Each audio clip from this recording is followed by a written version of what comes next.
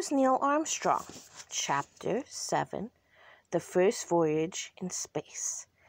In March of 1966, Neil Armstrong got his first chance to put his training to the test. He was the command pilot of Gemini 8, which was to dock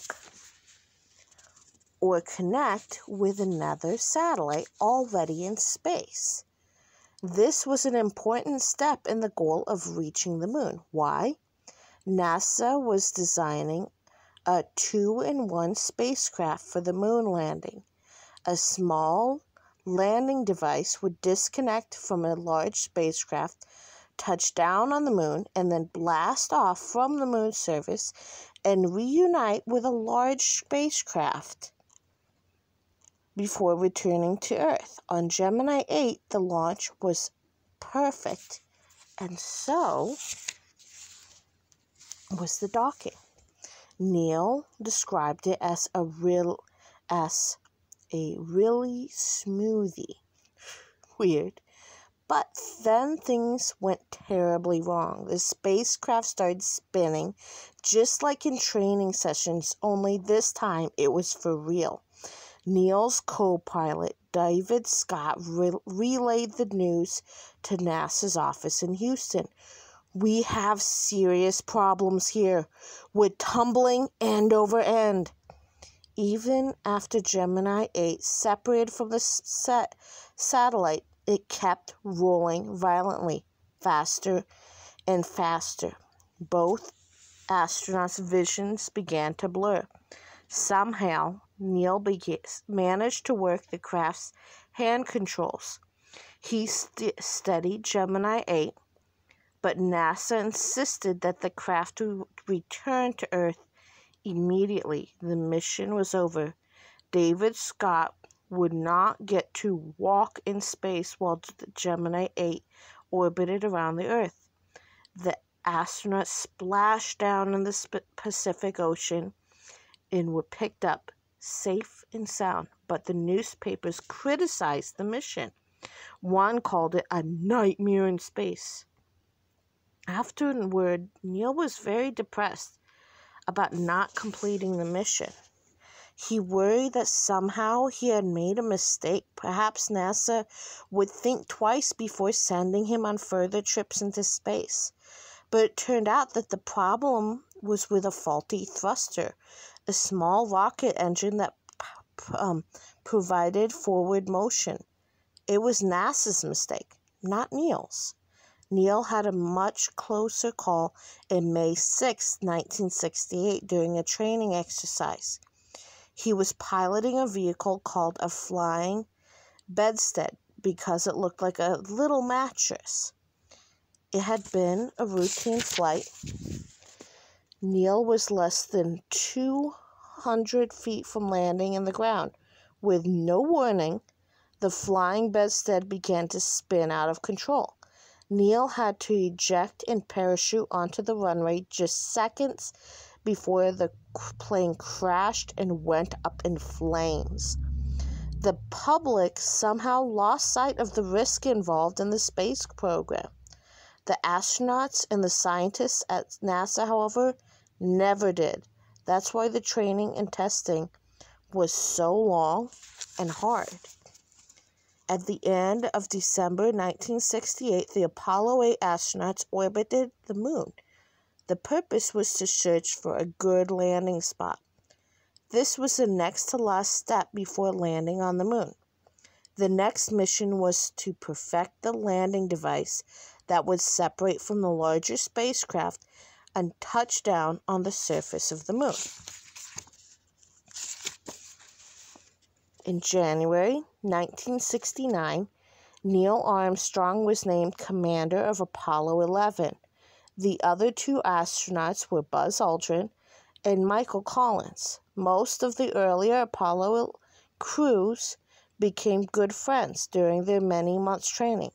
The three men of Apollo 11 worked well together, but never grew close. It wasn't that they disliked one another, but that at the end of the day, they got in their cars and drove their separate ways. Then they'd return the next day and resume training. They worked inside life-size models of their spacecraft and the landing devices. Each step of the mission was practiced over and over. NASA engineers in Texas would control much of the flight through computers, but the astronauts were on their own if anything went wrong. Sometimes the engineers would purposely cause errors to test the skills of Neal, Buzz, and Michael. The Saturn V rocket would launch the spacecraft named Columbia into orbit around Earth and then blast in the direction of the moon. Once Columbia was pulled into the moon's orbit, the four-legged landing device, similar to the flying bedstead, would separate and touch down. Neal and Buzz would spend about 2.5 hours on the moon while Michael stayed alone in Columbia during orbiting the moon. After a couple of hours on the moon, Neal and Buzz would enter the top part of the landing device and blast off. The bottom part of the landing device would remain on the moon. Once they reconnected with Columbia, the astronauts would climb back into the cabin and the return trip to Earth would begin. That was the plan. But would it work? Here's a picture of the Saturn V with the first, second, third stage, 363 feet tall.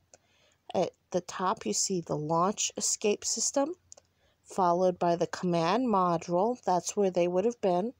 The service module, lunar module adapter, fuel tank, LOX tank, contains J2 engine, the really big fuel tank, the LOX tank that contains, so there's 2 LOX tanks there between the 2 J2 engines, followed at the bottom by a fuel tank and the F1 engine. Those are what people often associate with it, or the very bottom.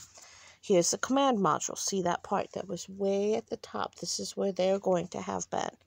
So starting from the top, you have the docking probe, forward across tunnel, command module houses astronauts, the pitch engines, roll engines, service module, reach control engines, main propel tanks, space, radiation panel, S-bend antenna, adapter, service propulsion engine nozzle, and then in here, the lunar module within. The dangers of spaceflight. The Apollo program came after the Gemini program. Apollo spacecraft were bigger and better. NASA thought a moon landing might happen in 1967. 3 astronauts were chosen for the first Apollo mission: Roger Chaffee, Gus Grissom, and Ed White, the kind neighbor who helped the Armstrongs during the house fire. As always, there was a dress rehearsal a couple of weeks before the actual flight. The men were in the spacesuits, strapped into the capsule. They sat atop a giant Saturn rocket. A frayed wire sent out a spark. In seconds, a small cabin was engulfed in flames, and all 3 astronauts were killed almost instantly. NASA always worried that something might go wrong during a space mission, as astronauts might die. For a small mistake on the ground to cause such a tragedy seemed senseless. For the next 2 years, scientists and engineers rethought every step of the moon landing. The concerns for safety meant a delay, but a necessary one.